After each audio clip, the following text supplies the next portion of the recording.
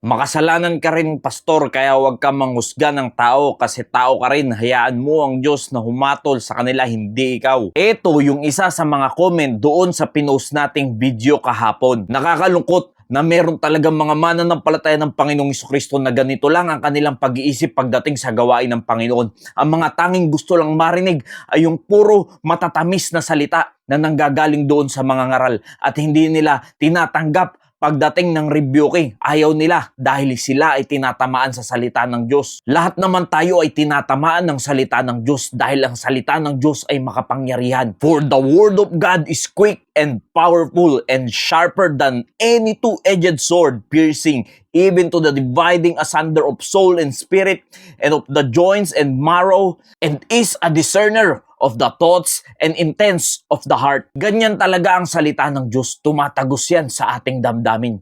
Pero nakadepende na lang yan kung paano mo tatanggapin ang salita ng Diyos. Kung ikaw ba ay ma-offend pa rin sa salita ng Diyos o tatanggapin mo ang salita ng Diyos ng bukal sa iyong puso. Yes, totoo, lahat tayo ay makasalanan, walang matuwid kahit isa. Kaya nga bumaba ang Panginoong Jesucristo dito upang tayo ay tubusin sa ating mga kasalanan. Pero bilang isang mananampalataya ng Panginoong Jesucristo, hindi ba tayo pwedeng mamuhay ng may kabanalan? Gayong tayo ay binigyan ng Diyos ng banal na spirito upang siyang maggagabay sa atin sa buhay na ito. Pag hindi ka talaga humuunawa sa salita ng Diyos at hindi mo kayang tanggapin ang salita ng Diyos, ang laging dating lang sa iyo ay paghatol ang mga ganyan. Pero hindi mo na nakikita na yan ay isang klase ng pagtutuwid dahil lahat tayo ay subject dyan. Ako man ay kasama dyan. Kaya lang ang nagiging problema ng mga Kristiyano ngayon, ang gusto na lang nilang marinig ay yung kikiliti na lang sa kanilang tenga. At pag sila ay nakakarinig ng against sa kanilang damdamin, ay sasabihin nila hindi yan salita ng Diyos. Ayaw nilang tanggapin, nagkakaroon na sila ng itching ears sa pakikinig ng salita ng Diyos. For the time will come when they will not endure sound doctrine, but after their own lust shall they heap to themselves teachers having itching ears. Arating talaga ang pagkakataon ng mga mananampalataya ay ayaw nang tumindig sa doktrina. Sila na yung nagiging guro sa kanilang sarili. Ayaw na nilang makinig sa aral at turo ng Biblia, at pag nakakarinig sila ng mga pagsawata, pagtutuwid ng Biblia, ay nangangati ang kanilang mga tenga sa pakikinig ng salita ng Diyos.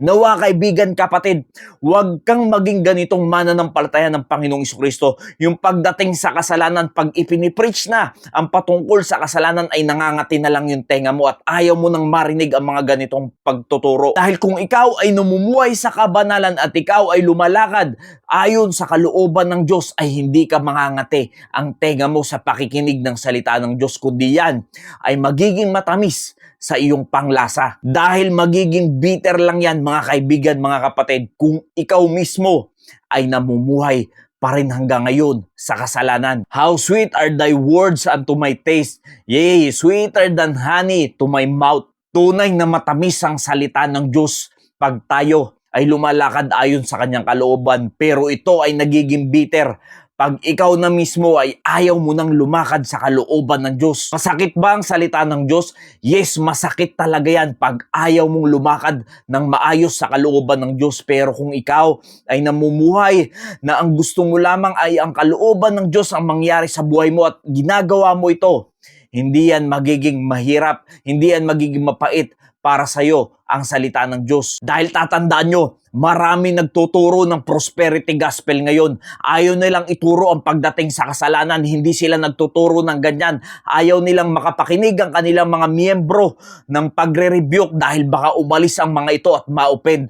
Mga kaibigan, mga kapatid, kung ganyan ang naririnig nyong mga ngaral, ay hindi kayo matututo pagdating sa kasalanan dahil ang tawag dyan ay men pleaser lamang, dahil ang salita ng Diyos ay para sa lahat yan. All scripture is given by inspiration of God and is profitable for doctrine, for reproof, for correction, for instruction in righteousness, that the man of God may be perfect, truly furnished unto all good works. Ganyan po kabalanse ang salita ng Diyos, mga kaibigan, mga kapatid. Hindi lang yung laging naririnig mo ay yung pabor lang sa iyong pakinig. Dahil ang salita ng Diyos ay nagtuturo yan sa doktrina, sa ikatututo, for correction, for instruction, nagre-reprove, rebuke, At lahat po ng yan ay para sa ating ikatututo, para tayo rin naman na mananampalataya ng Panginoong Jesucristo ay makalakad ng maayos sa kanyang kalooban. Kaya't maraming mga Kristiyano ngayon na lumalakad pa rin sa kasalanan, gumagawa pa rin ng hindi kalooban ng Diyos dahil bakit? Marami na rin kasing mga ngaral ngayon na hindi na rin nagtuturo pagdating sa kasalanan. Ang gusto na lang ibuka ng kanilang mga bibig ay yung puro gusto lang mapakinggan ng kanilang mga miyembro. Pero tatandaan nyo mga kaibigan, mga kapatid, ang salita ng Diyos ay balanse po yan sa lahat ng bagay. Hindi yan one-sided lagi. Hindi yan palaging prosperity gospel. Dahil meron din rebuke sa salita ng Diyos. Nawa naunawaan po natin ang mensahe at naging pagpapala sa bawat isa. Maraming salamat po and God bless you all.